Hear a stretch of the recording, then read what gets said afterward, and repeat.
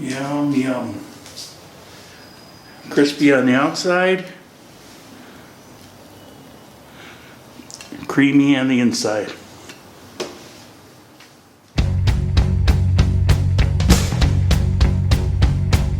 Here's your story, let's begin. The water's fine, come on, dive in.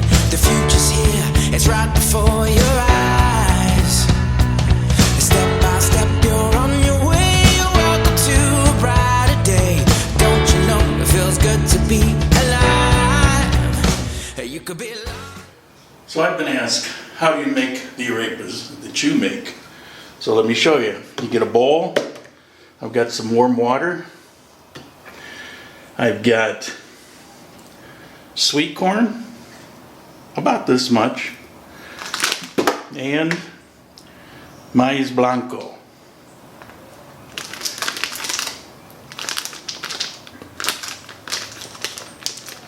A little bit of salt. So let me go drain this. I'll be right back. And of course I've got some fresh Colombian cheese. It's got a texture something like feta, maybe a little looser.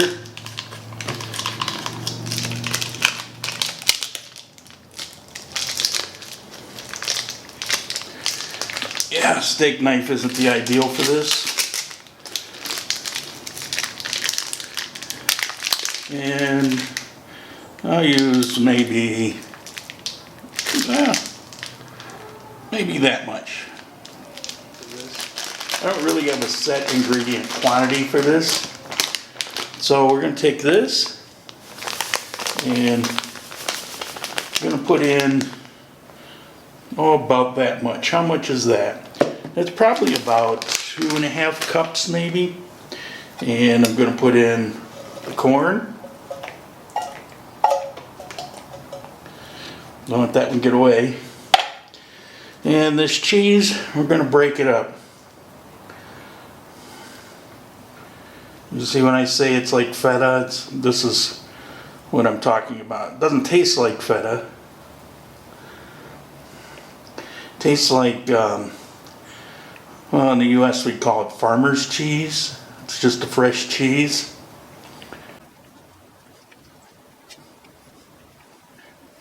It's not very salty.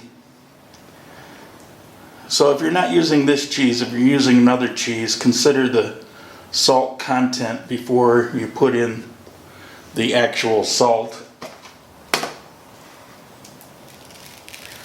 That's probably half a teaspoon, not very much. And so you see my ratio to ingredients is pretty good. And now we're going to put in some hot water. How much? I don't know. At first it's going to soak up that water like a sponge. As you can see, it's still dry. So we'll put in a similar amount.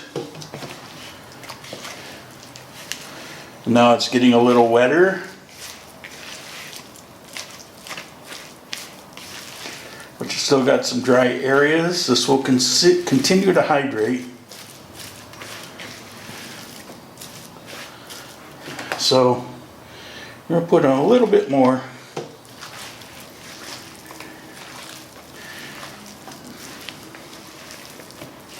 You don't want anything dry in there, but you also don't want to make a soup. Yeah, the little bit that was left dry, it's all hydrating now.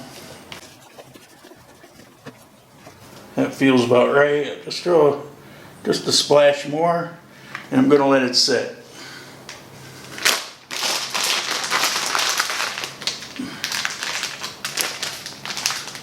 Now you could have used any kind of cheese. You could put cheddar in it. I never have. You could put Parmesan, that would be good. And now I'll show you how I cook it.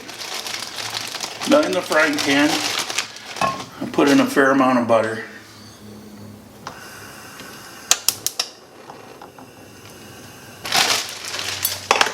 I've got it on a medium-high heat. Now the size is up to you.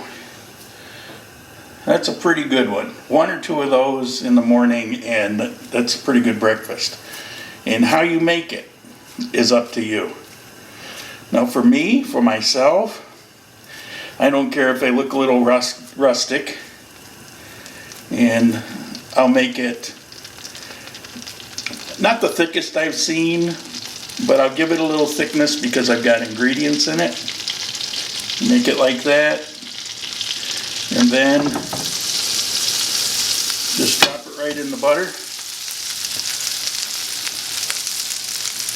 If it's not on high, the butter is not really going to burn, and it'll give it a kind of a toasty, nutty taste.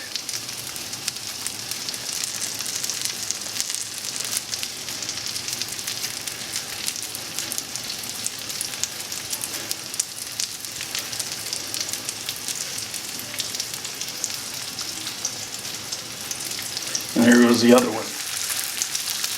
Now with the rest of this, I'm going to put it into like a big plastic bag, a Ziploc bag, a freezer bag, and I'll put that in the refrigerator, and in the refrigerator it's good for 2, 3, 4 days. Now that's going to go in the refrigerator and be there for tomorrow. Now again, on the butter, some people look at that and say, oh, that's too much butter, it'll kill you. Well, life will kill you, but it's not too much. The whole point is that butter will turn into a brown butter, and a little of it will be soaked up into the arepa. You can see in the rest of the pan, most of it's there. And that brown butter will give it this nutty flavor that's really good, that you won't get with other oils. Now you see the outside of this? It's crispy. That brown is flavored. The cheese isn't much of a melting cheese, but it will melt a little bit. So we'll get the same on the other side, and that's my type of arepa. You can put anything in there. You could chop up little pieces of ham or pieces of bacon. I've thrown 1 or 2 eggs in a batch like that, although honestly it holds together real well, but you don't really taste it, so it seems like a waste of a couple eggs. So that's it. Yum, yum. Crispy on the outside, creamy on the inside.